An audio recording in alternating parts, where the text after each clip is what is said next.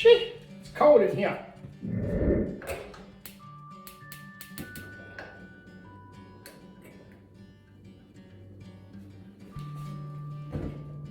And we got fire. Welcome back to East Coast Outdoorsman. I'm Chris Ben. Thank you all for watching, all the subscribers. Greatly appreciate y'all. Today we're going to talk about stabilizers. Let's get into it. Stabilizers. Who's got stabilizers? That'll work. How do you pick the right stabilizer? It's really simple. If you're hunting from a blind, tight quarters, tree stand, a saddle, you're going to want to run something shorter. 8-inch front, maybe 10-inch at max, so you have a little more wiggle room and you're taking up a little less space. I'd suggest running a little bit longer bar on the back, but that's just me. Shorter front bar, longer back bar seems to be my preferred, or two of the same length. Next, if you're going to be doing more like 3D tree stand, little spot and stalk, you're going to want to run probably, let's say, a 10 to 12 inch on the front bar, 10 to 12 inch back bar. If you're going to be out west hunting in the prairies where you're going to have a little bit more room and you're going to be shooting longer distances and need a little extra stabilization, 15-inch front bar, 12 or 10-inch back bar would be my suggestion. That's kind of like the real short version of kind of how to gauge what bars you should get and what bars you should have for your hunting situation. Competition's a totally different story. You have guidelines you have to stay in, max length from the riser to the end of the weight. So it gets a little tricky. You're gonna wanna push your limits the best you can and still stay legal. But let's get into how to set them up. Now,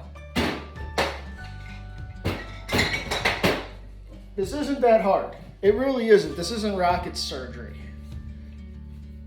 What you're gonna do is I want you to just screw the bars on with nothing on them. I want you to then take your camera, your phone, either self-film, have someone film you, and break a shot. If you see your bow with nothing on, as you break your shot doing this, that is a clear indication that you need to go ahead and start with 1 ounce to 2 ounces of weight on the front bar. Then shoot again. Maybe it's a little less, but it's still doing it. Add 1 more ounce. You want this bow, the optimal setup, in my opinion, to start with, is you want the bow to kind of jump forward and slowly go down, not rip down. If that thing is throwing down as fast, you have a little bit too much front weight. So take a little off. You want it just to boop and gradually boop, gradually dip. That's going to be optimal for front weight. Now, when you're talking about your sidebars, like on this particular setup, I have an 8-inch out front, 8-inch sidebar. So how I have my sidebar set up and how I suggest you set up your sidebar is go back to full draw, close your eyes, wiggle your arm around. Still have your eyes closed, wiggle a little bit, okay. Anchor, get yourself all set up how you like it. Open your eyes. When you open your eyes, pay close attention to your bubble. If your bubble's maxed out, you're gonna need to add a little weight. Add 1 ounce. Draw it back, start again. Wiggle, wiggle, wiggle, wiggle, wobble it all around. Okay, settle, anchor, open your eyes. Still not good, add another ounce of weight. And you do that a couple times so you get it that when you open your eyes, your level is sitting damn near perfect. Now for me, I like just a touch extra weight on the sidebar. I found like if I'm turning into the bow a little bit, a little resistance, I'm fighting the weight just a little, I feel like I hold better and it stays level longer, especially in the hills. If you're aiming up a hill, you should always, start drawing your bow with the hill. So as you come back to anchor, it's going to level itself out. I kind of feel like if you have just a little bit more weight and you have a little resistance that you're actually turning your hand into, it's a little more consistent, a little more accurate for me. There's probably some real in-depth answer and reason for that. I don't know it. I just know from trial and error and shooting a ton of arrows for the last almost 10 years. Maybe even longer. I don't even remember when I started shooting a bow. I can't remember when I started shooting competitively. Before 2011, because that plaque's from 2011. But yeah, that's like the really short, fastest possible way on how to set up stabilizers and how to pick them. I would like to hear some feedback from you guys if you want me to go a little in depth, more precision-like, talk about maybe target bow, target stabilizers. You want to talk more about sights, let me know. I greatly appreciate all the feedback because that's how I can create this channel to be as good as I can make it for y'all. And it gives me something to do, and I'm having a blast doing this stuff. Kind of just talking what I love. Archery, guns, whiskey. Until I can shoot, all I can do is give you the best information I can. So with that said, I think we're gonna wrap this up, have a nice short one, and I appreciate y'all very much. Like, comment, subscribe, and yeah, appreciate y'all. Peace. Just got done filming the content for how to pick your stabilizers and real quick how to set them up, and I got to thinking, if you made it this far, first, thank you.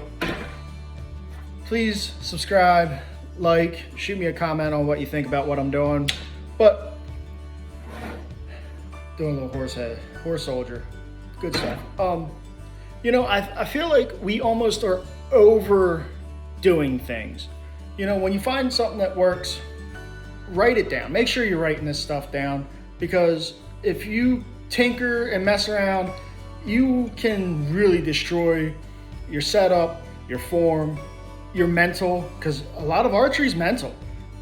So always write down your changes, what you're doing at the time, why you're doing it, because there's gonna come a time where you go too far.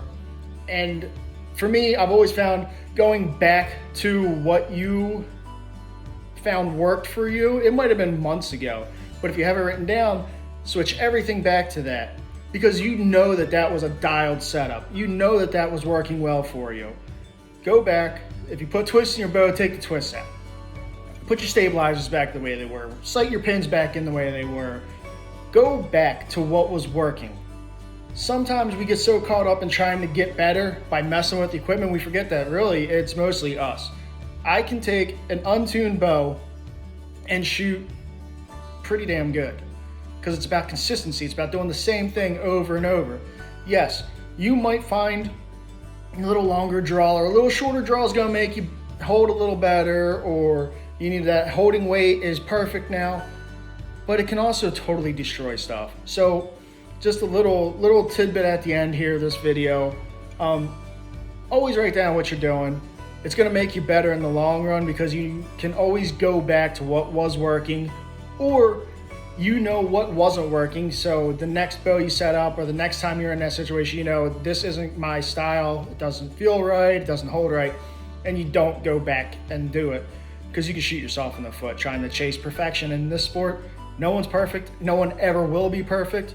It's about trying to do what you can do to be as good as you can be, and that's mostly just gonna be spend time behind your bow, find a good solid setup, spend your time behind your bow, and you're gonna get results.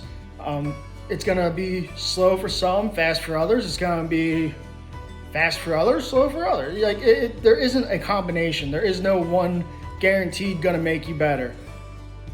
Most of it's gonna be all mental and reps. Shoot your bow, and maybe take a little less time worrying about the latest and greatest, and work on what you have. That's my end of this. Wrap it up. I appreciate y'all. Like, comment, subscribe. And cheers.